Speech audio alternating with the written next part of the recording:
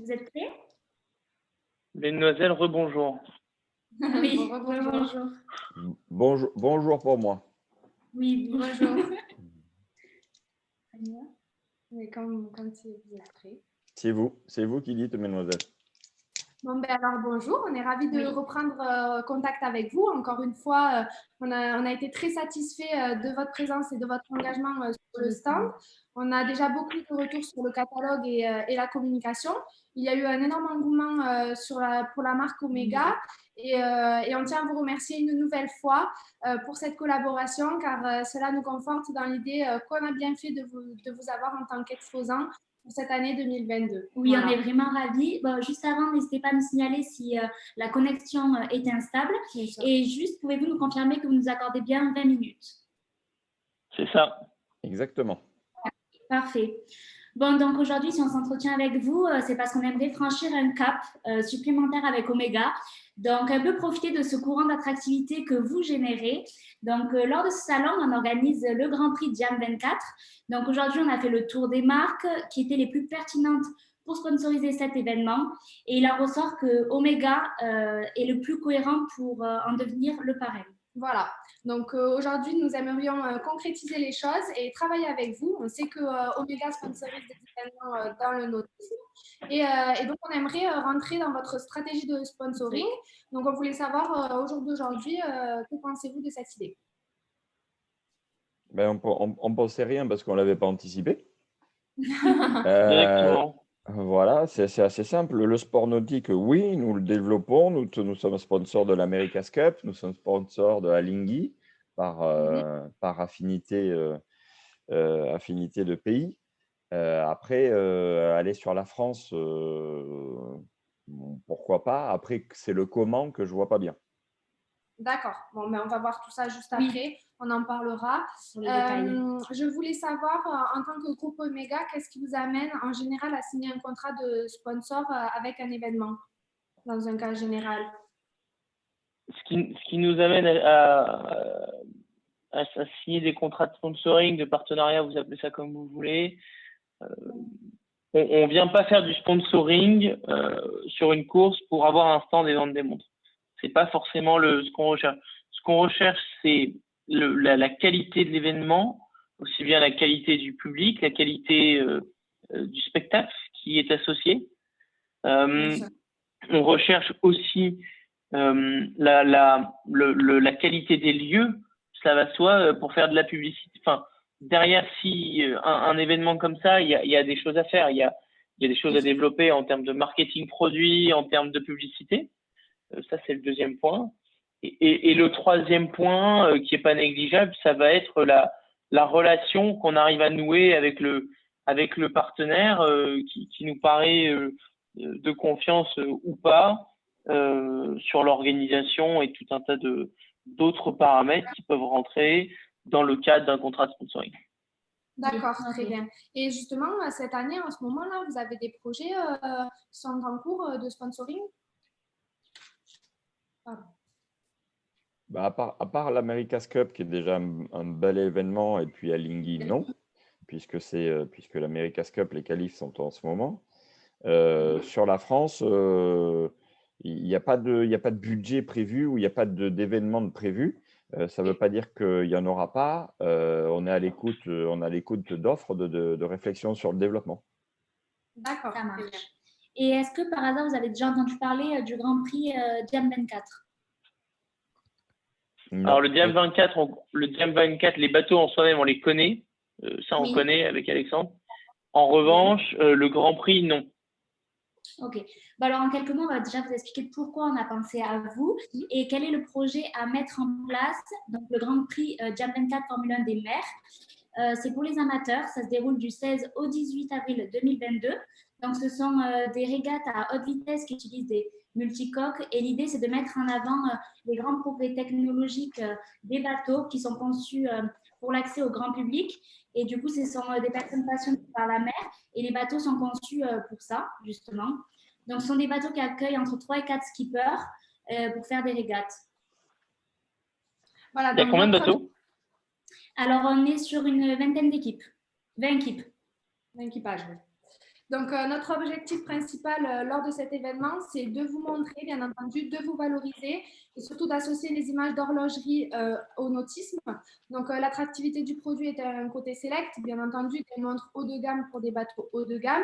Et nous serions également ravis de partager nos valeurs qui sont l'innovation technologique pour tous, l'importance du design et surtout des valeurs liées à la voile. Donc, c'est les valeurs d'Omega qui correspondent complètement à la régate. Donc, on refait une association d'images super pertinente. Et aujourd'hui, on sait qu'il y a un engouement génial pour les courses de voile. Et on a constaté que les demandes de réservation pour être exposants ont explosé pendant le Vendée Globe. On sent un engouement important, quoi. Oui, vraiment. Donc, il est également aussi important de souligner 2 points pour nous. En fait, ce sont nos 2 objectifs. Donc, dans un premier temps, c'est un outil événementiel, le Jam 24. Ça attire beaucoup de public au salon. Mais après, dans un second temps aussi, on est en train de promouvoir en fait nos partenaires qui fabriquent ces bateaux. Donc, ils se trouvent à Port-la-Forêt et pour faire la promotion de ce chantier naval. Donc, c'est le salon et le port qui soutiennent ce chantier naval, pardon. Et la régate permet de mettre en avant le produit innovant. Du coup, maintenant, peut-être avez-vous, que pensez-vous de ce partenariat seriez-vous peut-être intéressé Potentiellement intéressé? Moi, il y a un point que j'ai pas compris, ou du moins qui est pas clair pour moi. Vous voulez associer le nautisme et l'horlogerie. L'horlogerie, c'est de la mécanique d'ultra précision. Le nautisme l'est beaucoup moins. J'ai du mal à voir le lien entre notamment, en fait, il y a un point qui m'a un peu titillé, c'est le fait que vous parliez de course amateur qui m'a un peu titillé. L'America's Cup, quand on parle d'America's Cup ou de Vendée Globe, c'est des skippers professionnels, c'est des vieux loups de mer, si on peut, pour avoir un terme un peu illustré. C'est un peu ça, moi, qui m'a dérangé. Justement, en fait, la course est pour les amateurs, pour pouvoir s'ouvrir à tous, pour pas qu'elle soit fermée. Après, il y a une certaine restriction, étant donné que la participation a un coût, qu'il y a 20 équipes et qu'il y a une demande qui est assez conséquente. Le coût de participation est à 2 500 €, donc c'est quand même assez important. Donc, ce sont des personnes quand même qui sont attirées par le nautisme, qui sont prêts à vivre une belle expérience. Qui sont prêts à vivre une belle expérience. Et après, il y a la clientèle, bien sûr, vu que vous avez déjà un stand au salon, une clientèle plus élitiste, des touristes en miniature qui, eux, viendront vous rencontrer directement sur le salon. Bien sûr. Voilà, donc aujourd'hui, maintenant, on aimerait rentrer un peu plus dans les détails. Donc, pour avoir un peu des données chiffrées pour vous, l'organisation de l'événement et de la compétition dans les normes de sécurité représente un budget global de 80 000 €. Aujourd'hui, nous, on a réfléchi, la régie portuaire est en mesure d'investir à hauteur de 15 000 €. Donc, le soutien financier qu'on demande à Omega est de 65 000 €.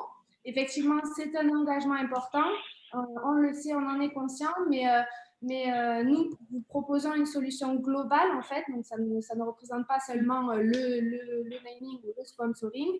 On vous offre donc le naming de l'événement. Donc, par exemple, on pourrait appeler ça la régate Omega. Bon, tout ça, c'est des détails qu'on verra plus tard. Avec donc toute la retombée presse et réseaux sociaux qui vont en découler en amont, pendant et après l'événement. On a tous les affichages publicitaires lors de l'événement avant et pendant aussi également. On a prévu une campagne multimédia avec affichage et flyers. On a aussi de l'événementiel avec un stand qu'on vous mettra à disposition sur le lieu de compétition et à proximité du public, justement. Et sans oublier donc la remise des prix sur un podium à votre nom.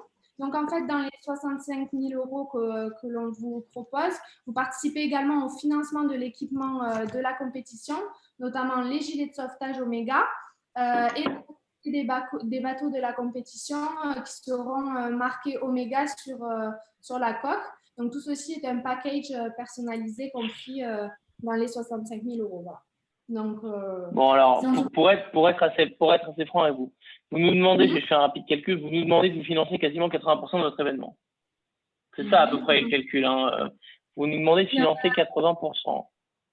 Pour vous dire, juste pour vous donner un ordre d'idée, en termes financiers, après je laisserai Alexandre prendre la parole. mais sur un terme financier, une coupe comme l'America's Cup, on n'est pas du tout dans le même budget. Je vous ouvre une porte, je vous l'accorde, mais on finance, disons que le rapport de financement est complètement inversé. C'est-à-dire que nous, on va amener peut-être 20%, 20-25%, et le reste, c'est financé. C'est-à-dire que c'est pas la marque qui finance, si vous voulez. Oui, bien sûr. Là, on est vraiment dans un changement complet de paradigme.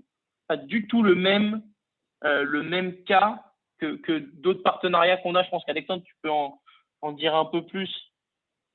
Oui, le partenariat principal, c'est au-delà de l'America's Cup, c'est surtout Alinghi, puisque l'America's Cup, c'est un rebond par rapport à Alinghi.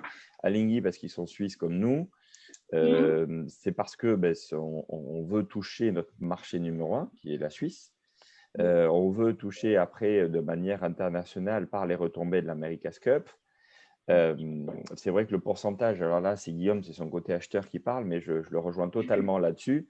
C'est que nous, il faut qu'on fasse un calcul des retombées. Et le calcul des retombées, à l'heure actuelle, moi, je suis incapable de le faire.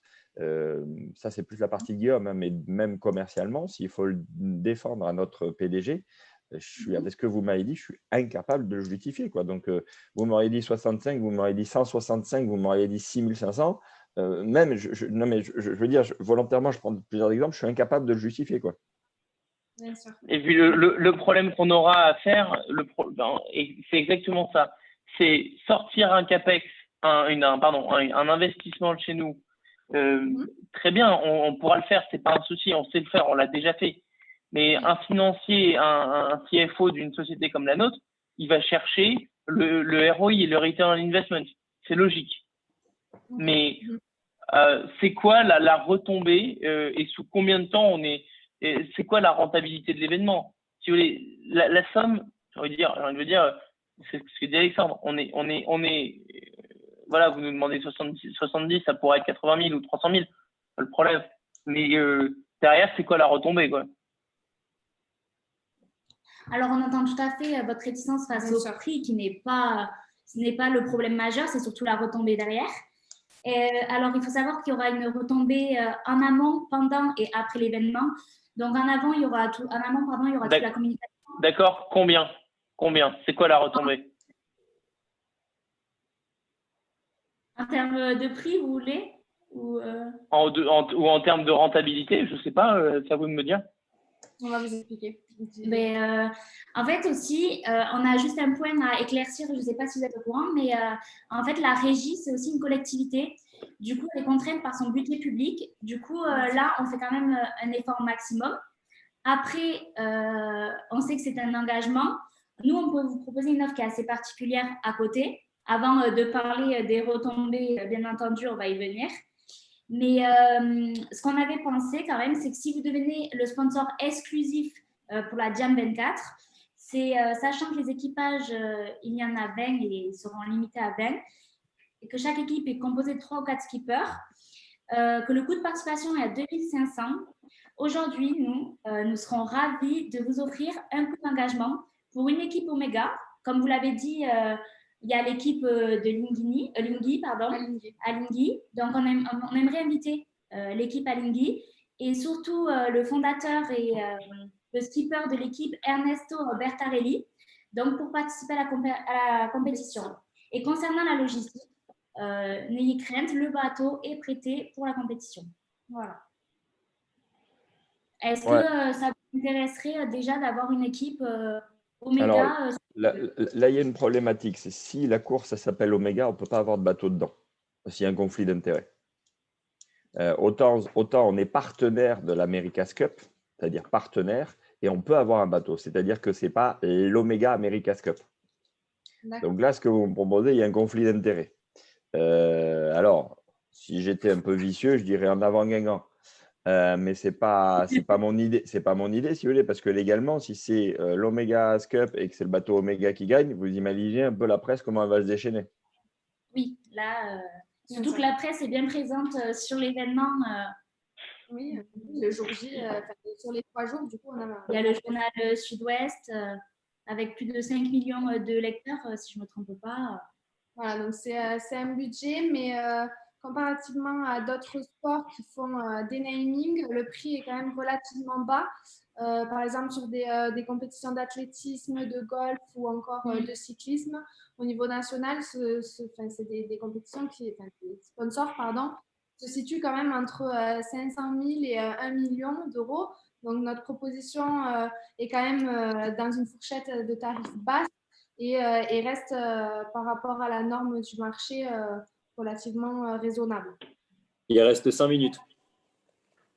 Après, si vous êtes le sponsor exclusif, comme on l'a évoqué, concernant, pour ne pas avoir de conflit d'intérêt, c'est vous les sponsors. Donc, vous avez le choix de choisir si vous préférez le naming ou, avoir une équipe qui participe à la course en fonction des retombées qui vont être générées. Du coup, ça, il faut en réfléchir, bien entendu. Donc, après, il y a aussi un petit point plus émotionnel, mais il faut savoir que vous achetez surtout de l'émotion. En fait, vous allez véhiculer des valeurs émotionnelles. C'est une image de marque, donc positive, qui va en sortir de cette compétition et de ce partenariat avec nous. Et du coup, ce qu'on vous propose là à l'heure d'aujourd'hui, oui, c'est qu'on a discuté, on stipule tout dans un contrat de sponsoring que nous vous enverrons, nous mettons tout au clair. Bien sûr. Vous pourrez y réfléchir à tête reposée. Voilà, avoir un petit temps de réflexion. Oui. Est-ce que vous avez juste une dernière question peut-être Alors, si on parle de... Ouais, non, mais moi, vous parlez d'un contrat, mesdames, je vais être courtois. Vous allez un peu vite. Un peu vite. On vous a posé une question, vous avez gentiment évité ma question. Vous nous demandez des retombées. Avez-vous une idée des retombées économiques pour une marque comme la nôtre? Vous avez dû avoir d'autres partenaires comme EGA. Si vous avez déjà participé à des courses, j'imagine que le port d'Arcachon, pour vous dire, nous, on n'était pas partis du tout dans cette optique-là. Vous avez dû avoir des partenaires de choix. Je crois que vous aviez Volvo ou des choses comme ça. Les gens de chez Volvo ont dû... Attendez, je termine. Les gens de chez Volvo, les salariés ou le directeur commercial de Volvo a dû vous dire, mesdames, votre offre m'a rapporté tant ou m'a coûté tant. Voilà, la question, elle est simple. Et vous devez connaître cette réponse-là. Sinon, mettez-nous à notre place. On ne peut pas justifier ce choix-là. En termes de tarifs, au jour d'aujourd'hui, il me semble que Volvo avait fait, un sponsoring à 30 000 euros. Et ce qu'il avait rapporté à peu près un peu plus du double. Ils étaient au double. Moi, je peux rien vous promettre en termes de tarifs au jour d'aujourd'hui. Les grilles tarifaires pour les retombées de notre partenaire, je ne peux pas vous les transmettre. Mais par ailleurs, on peut très bien justement se renseigner à ce niveau-là et vous envoyer tout ça par mail pour que vous ayez un ordre d'idée de ce que vous rapporterez justement ce sponsor officiel avec le port d'Arcachon. Je comprends bien, mais bon, j'imagine que vous avez d'autres partenaires. Nous, je pense qu'Alexandre, à mon avis, on doit pouvoir planifier une conf assez rapidement, courant de semaine prochaine. On planifie une conf et vous nous faites une présentation.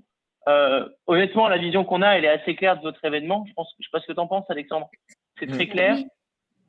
Mais là, il me manque quelque chose pour avancer, présenter ça en comité interne, c'est de se dire quelles sont les retombées éco. En tout cas, c'est pour moi. Voilà.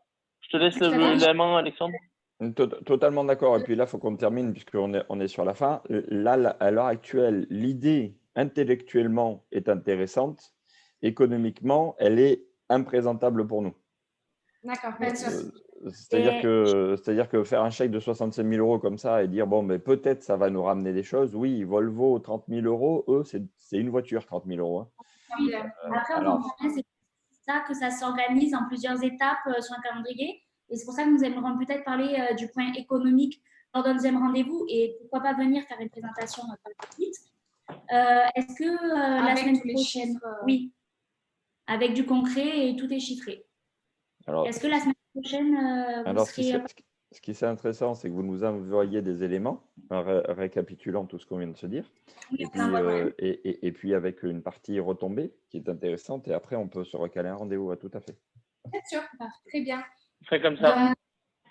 Parfait. Juste, on prend un rendez-vous pour la semaine prochaine pour être sûr. Nous, on vous l'envoie de suite après. On vous envoie Demain. tout le dossier complet demain. Ouais. Demain, il sera Jeudi complet. 11 ou vendredi 12, vous serez disponible? Envoyez-nous les éléments, on revient vers vous. Ça va être délicat. Ça va être délicat parce que le dossier que vous allez nous envoyer, il nous faut forcément un peu de temps pour le lire. Bien entendu, s'il fait 3 pages, jeudi 11, entre jeudi 11 et vendredi 12, je peux m'engager. Si vous m'amenez plusieurs éléments complémentaires qu'il faut que nous étudions, ça va être plus compliqué. Ça ne veut pas dire qu'on refuse. Ça fait 20 minutes. Ça ne veut pas dire qu'on refuse le rendez-vous.